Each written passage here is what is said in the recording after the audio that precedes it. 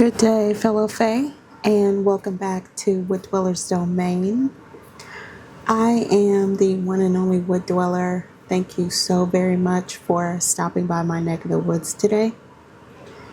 I wanted to change it up, and I've been really inspired by podcast-styled YouTube videos on here for a minute.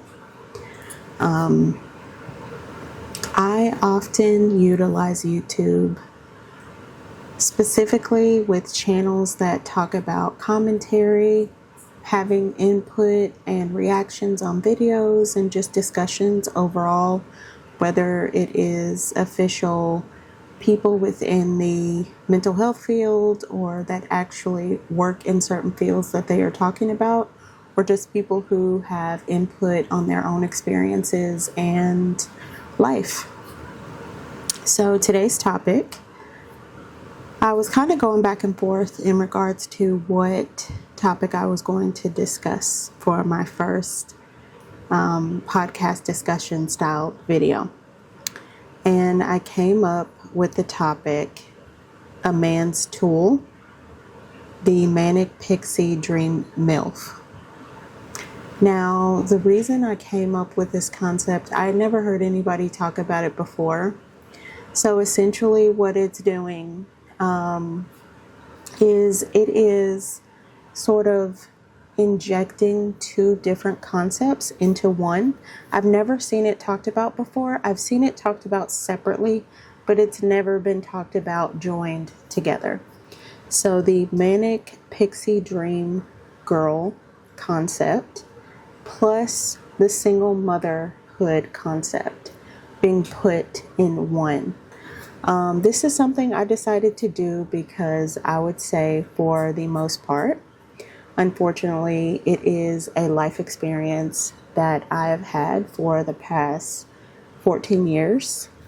It wasn't always like that. And after doing a lot of research and kind of listening to other people's experiences as well as experiencing life myself, I came to the conclusion that the Manic Pixie Dream Milf needs to be talked about.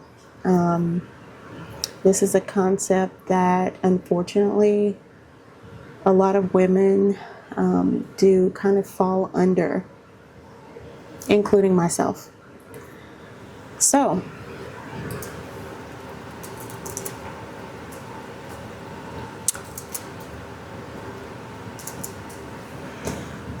the Manic Pixie Dream Girl is pretty much a character trope in fiction. So normally she is extremely bubbly, has a very fun personality and aura. She is often very carefree, sort of in the wind kind of person. She is often very eccentric, and with that being that carefree young woman trope, her purpose usually in a lot of storylines is to help a mundane, gloomy, sort of monotoned male character to sort of appreciate adventure in his life or be more open to a brighter outlook. And the first character that I can think about would be, it's the movie Trolls. So you may hear me typing and you may hear me clicking. I do like to look up information on my end to make sure I'm talking about the correct sources and naming everyone correctly. So there's a character, the main character, her name is Poppy. And Poppy is a super fun, optimistic, bright, bubbly girl in this movie of Trolls. The mundane, really consistently boring, not too eventful, not too interesting guy, his name is Branch. Now, I just discovered that Anna Kendrick from Twilight is the voice of Poppy, which is insane. I always knew that Justin Timberlake was the voice of Branch, just by how he talks and how he sings. But the storyline goes, of course, that obviously Poppy is the one that's sort of more on the adventurous side, and she just has a more positive outlook, whereas Branch is a little bit more on the depressing side. Now, the Manic Pixie Dream Girl trope is something that I've seen throughout media for many years. She obviously is a very quirky, eccentric personality. And that concept really attracted me at a young age because I felt that I could identify with these girls. They were often the most interesting. They maybe were not the most glamorous women or girls portrayed, but to me, that's not what girlhood meant to me when I was growing up. Girlhood meant that you had depth, you were interested in multiple things, multifaceted. You could do things and try things and just have personality. I did see girls being portrayed in media as like flat surface kind of beings where they don't really have depth and their beauty is just all that they're offering in their storyline. And to me, it just never really appealed to me much. I do want to throw in obviously another concept to that, which is the Black female experience on top of that. The Manic Pixie Dream Girl can also be the Black girl because what I've noticed in a lot of media, as well as in my experience and in the experience of other Black women, a lot of men of other racial backgrounds love to escape into the arms of Black women because we are a strong resource for nurturing. What I've noticed too is a lot of men who are usually deserted at a young age by their mothers specifically with their mothers and their family members, and they don't get that empathy early. They will run to the arms and to the bosom of women who they believe that will nurture them. And they will often get their fix. And usually they don't ever stick it through with these types of women. They always leave these women in these different movies, in these TV shows, and even in real life. So it's a very sad concept to see, but also adding the Milf trope in there, okay? Now, a Milf is just a slang term used to describe a mother I'd like to F-word. I remember hearing this when I think I was in maybe middle to high school, and it was just usually younger guys my age talking about how they felt older women were attractive. Usually those women are often mothers, but they are seen and viewed by younger people, younger men or boys, as extremely sexually attractive. And I use the MILF term in this sense because as single mothers, there's something interesting that happens when we become single mothers, no matter what the reason. It could be that your previous partner was extremely abusive, they died, you just went off and kind of separated, they left the family in your hands. It could be any slew of reasons, or just an agreement for both parties to kind of separate. But either way, the mother sort of takes the full responsibility of the parenting. And so with that, there are a lot of fathers, for example, that are parents, but no one in their normal day-to-day life knows that they're a parent because they don't have the full responsibility of being the primary parent. Now, this is often different because I have met single fathers before, and they are the primary parent. But this is a phenomenon that's extremely common. Women being single mothers. And so I'd say maybe 8 years ago is when I started seeing information pop up on my YouTube about men having commentary on single mothers.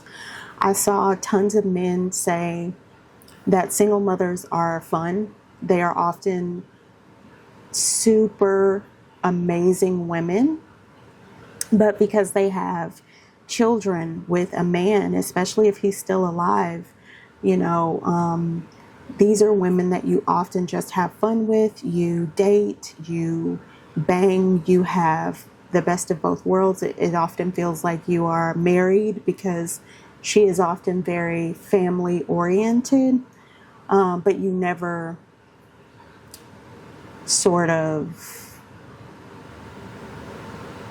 you never lock it in with her. You never marry her. You never take her serious.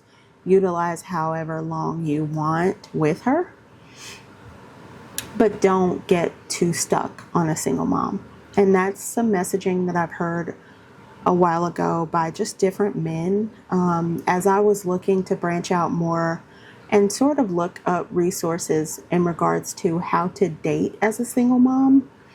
At the time it was new, but that messaging really put into perspective how men view single moms. And I've only ever dated once while being a single mother.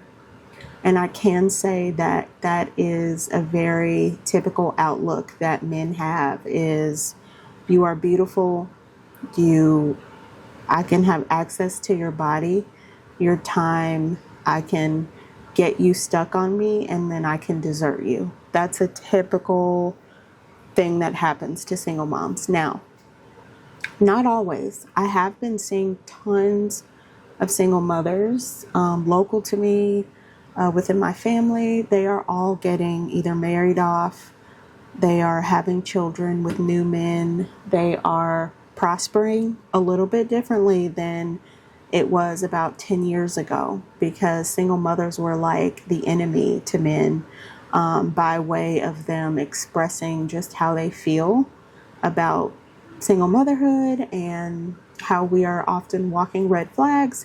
It's definitely changing because I feel as though I think men and women are coming to an agreement. Humans really are coming to an agreement of what's just normal in society. Everyone's changing, I think. I'm really interested in hearing about a lot of people's experiences and kind of taking in information on how other people feel just about different concepts. I feel like that's very important still. So,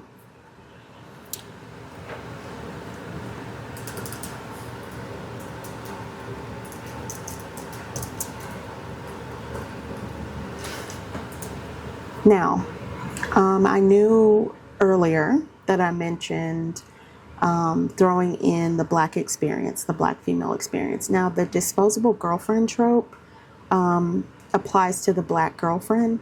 So it's a concept in really, I've seen this happen in movies and TV shows, but also, again, this happens in real life. I remember meeting someone and befriending her, and she was going through this same thing, and at the time I didn't know what it was. So the disposable black girlfriend trope describes a storytelling device where a black female character is introduced as a temporary romantic partner for a main lead, frequently a white protagonist, only to be sidelined, broken up with, or passed over so the lead can end up with their true in-game partner, which is usually a white character. So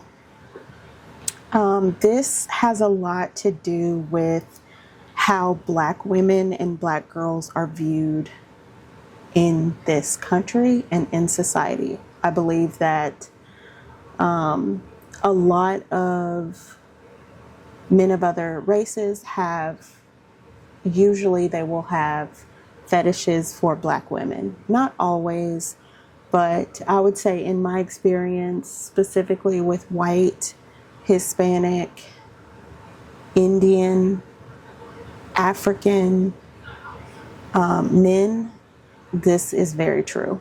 They will often desire Black temporary bodies at the time, wasting your time, wasting your youth, and sort of leading you on because they know that there is sort of a mistreatment of Black women in this culture.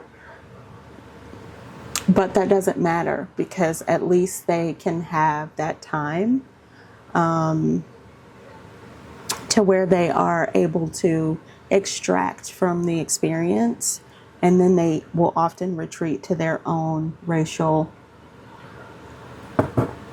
group.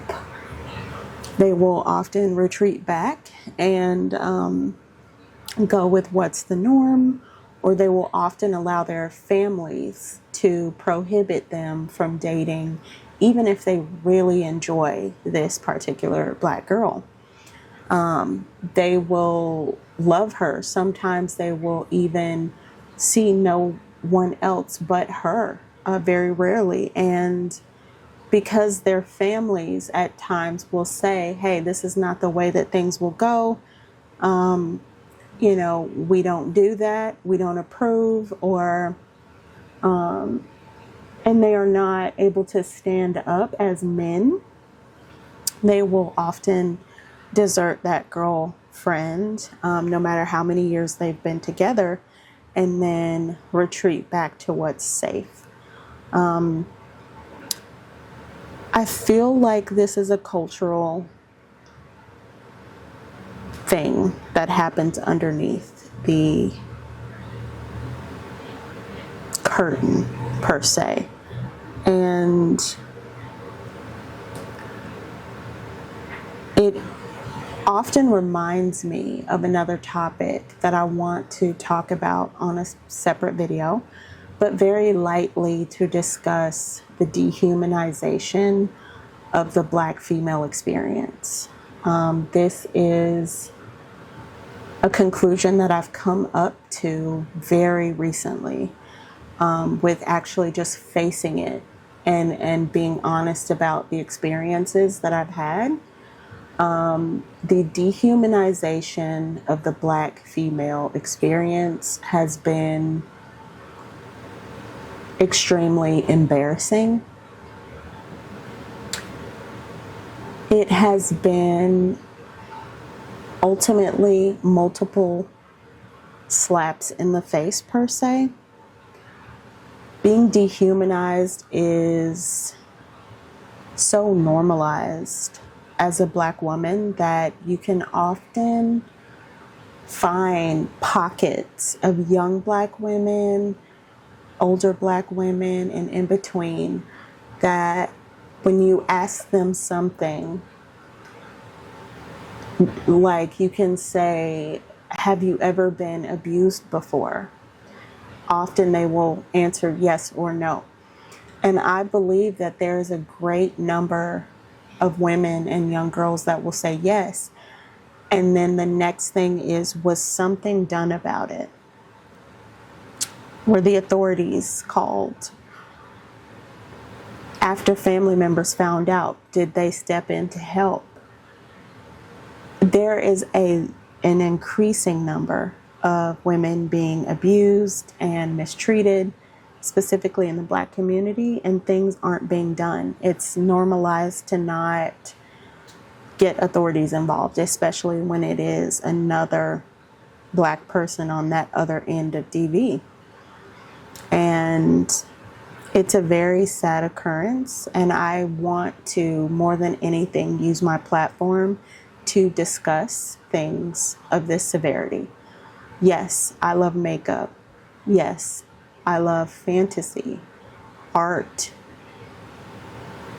I love everything beautiful. But at the same time, there is a layer of depth that I believe that needs to be discussed. And I'm willing to use my platform to discuss these things. So, with that said, this is my first podcast styled video.